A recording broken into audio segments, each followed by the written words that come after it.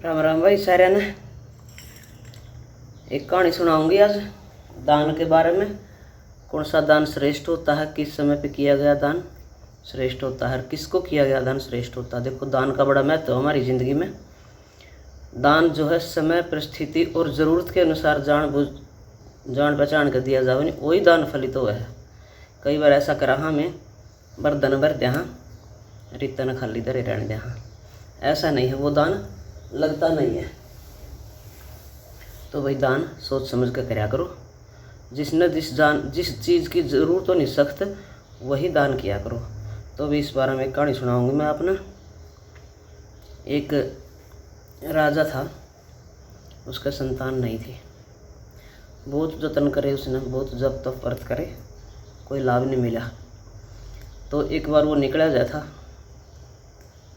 राजकाज की परिक्रमा करने, घूमन फिरन सुबह। तो उसे की जो नौकरानी थी नहीं, जो घर में झाड़ू बुहारी करना आई करती, वो निकला जाता था, वह आवे थी। तो राजा ने देखो पाछा मोड़ कर खड़ी होगी। तो राजा उस टाइम तो बोलिया नहीं। फिर उसने वह दरबार में बुलाई, बहुत दुखी हुआ राजा। बुलाई वाह, बोला भी आप मेरे से पीछा मोड़ के क्यों खड़ी होगी। बोला जी मैंने न्यूज़ सुनी है, निसंतान का, जिसका संतान नहीं होनी उसके दर्शन करना अच्छा नहीं होता, शुभ नहीं होता।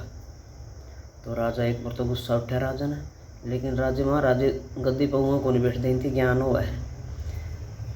अपने वर्गे मूर्ख तो मार दे थप्पड़, गरीब ने देख कर देखो अपना ठाडन तो कोई टोकदा कोई नहीं, गरीब ने टोका है। तो राजा ने सोचा इसमें तो सच्चाई है, गहराई तो सोचा राजा ने। देखो कोई भी हमने कड़वा बोल रहा है तो उस कड़वा बोलता हमने सब्र करके सुन के सीख ले लेनी चाहिए। वो कड़वा शब्द ही हमारा काम बन के राह खोल है। जितनी हम कड़वी सुनाएंगे नहीं इतने हमारा लाभ होगा, लेकिन कड़वी कोई सुन को नहीं सकता भाई। लोहा न लोहा कट है भाई, डायमंड कट्स डायमंड। तो जिसने कड़वी सुन लियो तो फिर बेड़ा पार है उसका, तो सिद्धार्थ की उसमें जावा है कचहरी में। तो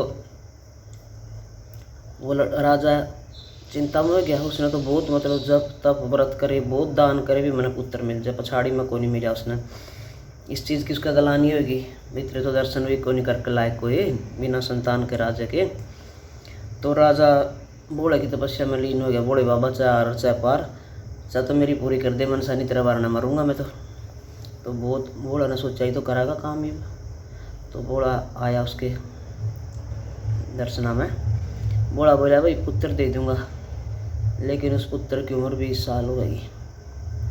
बिला जी 20 साल हो, मैं पुत्र तो मेरा ये तो खुला है, मेरा कलंक ये तो उतरा नहीं पुत्री का, मैंने पुत्र दे आप दे दिया। आ गया घर, गर्भवती होगी रानी, नो में भी न बेटा हो गया। बड़ी खुशी मनाई, बड़े ढोल बाजे बधाइयाँ बाजी दान करे और बहुत खुशियाँ मनाई भी, वारिस आ गया गद्दी का। तो 18 साल के बाद उस लड़के की शादी कर दी। शादी एक ऐसी लड़की से कर दी उसकी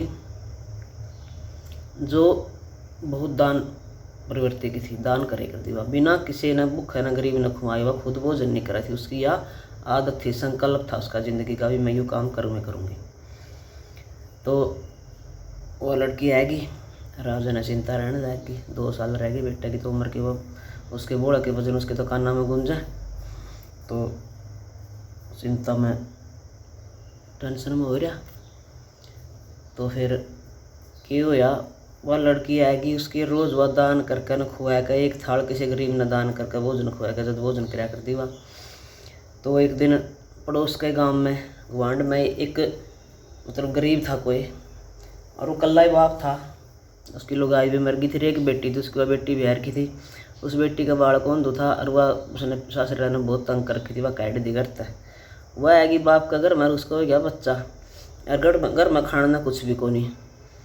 तो वह तो भूखी मरा 3 दिन की।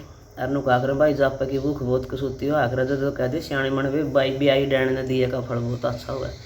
पहला देखो कुत्ते भी आई कर दी बहुत, मतलब हमने भी देखे हैं, मतलब बाल्टी लेकर सब कहते एक दूध का पड़ी यार खिचड़ी गलवा के कुत्ते ने खुआ आए करते भाई, हमने भी देखे बचपन में ये चीज़। तो कोई गरीब का बालक हो जे करता उसकी घी दिया करते भी, पहली बुढ़िया अपनी जितनी उसकी कैपेसिटी थी उसके अनुसार दिया करती करके। देखो आजकल तो ये चीज़ खत्म होगी, और आजकल सारे आपस के रिश्ते खत्म हो गए, हम एक में खोट नहीं काट सकते। कुछ लोग खोटा कुछ लोहार खोटा। तो भाई वह लड़की भूखी मेरा बोला पिताजी मैंने तो भोजन चाहिए, मैं मर गई, मेरा कालजा खा लिया जमा भूख न। तो राजा बोला बेटी मैं करते ले आऊँ, और उसमें मांगण खातिर आए करता। बोला मेरे तो तंग आ ली रोज़, मैं तो रोज़ मांगने जाऊँ, मैंने तो वो समझने लग गई। तो बोला सारा दिन मांगता ही फिर है, मैंने कोई धंधा भी को नहीं। तो वो राजा के बारे में गया गया, बोला जाऊँ ले राजा के दरबार में कुछ मिला का। तो राजा उम्मीद है सबकी, तो वह गया।